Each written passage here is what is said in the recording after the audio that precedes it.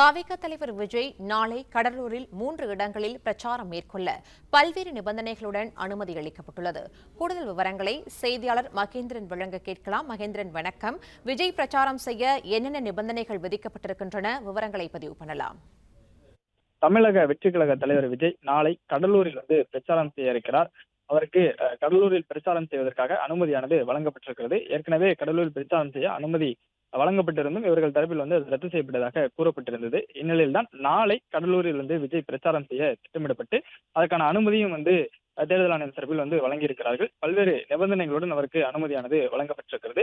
இன்று காரைக்குடியில் விஜய் பிரச்சாரம் மேற்கொண்டிருந்தார். அவருக்கு 2:30 மணி வரை நேரமானது ஒதுக்கப்பட்டிருந்தது. அதற்கு உள்ளாக விஜய் பிரச்சாரத்தை முடித்துக் கொள்ள வேண்டும் என்று உள்ளிட்ட பல்வேறு நிபந்தனைகளானது அங்கும் 37 நிபந்தனைகள் விதிக்கப்பட்டிருந்தது. அதே போன்று கடலூரிலும் விஜய்க்கு பல்வேறு நிபந்தனைகள் விதிக்கப்பட்டிருக்கிறது. நாளை 3 இடங்களில் விஜய் பிரச்சாரம் செய்வதற்கு அனுமதியானது வழங்கப்பட்டிருக்கிறது.